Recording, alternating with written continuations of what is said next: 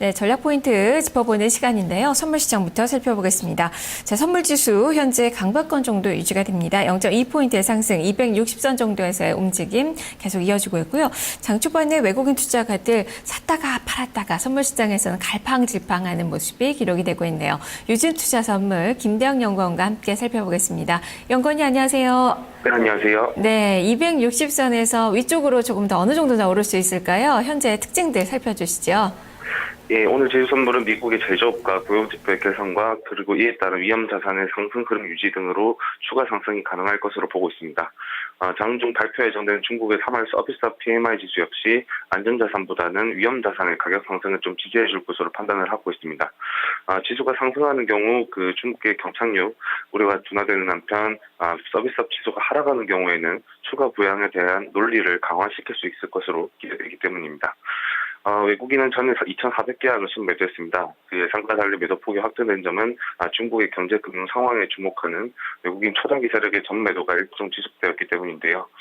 그렇지만 전일 매도 물량을 감안한다면 외국인 초단기 세력의 전매도는 대부분 마무리된 것으로 추정됨에 따라서 장 후반으로 갈수록 장기 매도 세력의 환매수가 지수의 상승 탄력성을 증가시킬 것으로 기대를 하고 있습니다. 또한 중국의 3월 서비스업 PMI 지수 역시 지수 상승의 우적의 가능성이 높은 한편 초단기 세력의 신규 매수 진입 가능성도 열려있기 때문에 외국인의 선물 매수가 주도하는 지수 상승이 재개될 것으로 보고 있습니다. 네, 중국의 지표에 주목을 하시는군요. 오늘 서비스업 지표가 중국에서 나오는데 사실상 최근에 이 경제 지표는 좀 복불복인 것 같아요. 나쁘면 또 부양책에 대한 기대, 좋으면 또 좋아서 이러한 점들이 좀 부각이 되는 것 같은데요. 어쨌든 이로 인해서 외국인 투자가들의 매수세가 좀 들어올 것으로 예측을 하시는 것 같아요. 비차익 쪽에서도 그렇다면 외국인의 매수 좀 기대를 해볼 수 있을지 지금은 매도 우위가 나타나고 있거든요. 어떻게 봐야 될까요? 일단 외국인의 프로그램 비차익 매수와 개별 종목 순매수 역시 좀 지속될 것으로 보고 있는데요. 1조 시장 베이시스가 1포인트 이상에서 지지되는 그 흐름이 계속 유지가 되고 있는 한편 그 신흥국에 대한 자금 유입으로 그간 상대적으로 소외되었던 한국 증시에 대한 매수가 지속될 것으로 보고 있기 때문입니다. 또한 개별 종목 차원의 매수세 역시 유입되고 있기 때문에 외국인이 주도하는 현물 매수 역시 지수 상승을 좀 지지해 줄 것으로 보고 있습니다. 다만 지수가 2,000선에 도달한 데 따른 일부 차익 실현 물량 때문에 지수의 상승 속도가 일부 감소하는 것은 좀 불가피할 것으로 보고 있습니다. 네, 그렇다면 전략 측면에서는 지금 121선 중심에서 좀 등락을 좀 거듭하고 있는 그 상황인데요. 여전히 262선 목표를 두고 매수 전략 가능하겠습니까? 포지션 전략 살펴주시죠. 네, 외국인의 현선물 수급이 매수 쪽으로 돌아선 한편 오늘 예정된 ECB의 통화정책회의 그리고 미국의 3월 고용 결과 역시 위험 자산의 우위적일 것으로 보고 있습니다.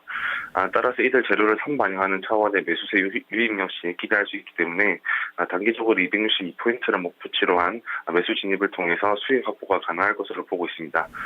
특히 지수가 260포인트 정도를 형성하는 현재 수준에서는 저가 매수를 통해서 기대 수익을 좀 더 확보할 수 있을 것으로 기대를 하고 있습니다. 네, 알겠습니다. 말씀 잘 들었습니다.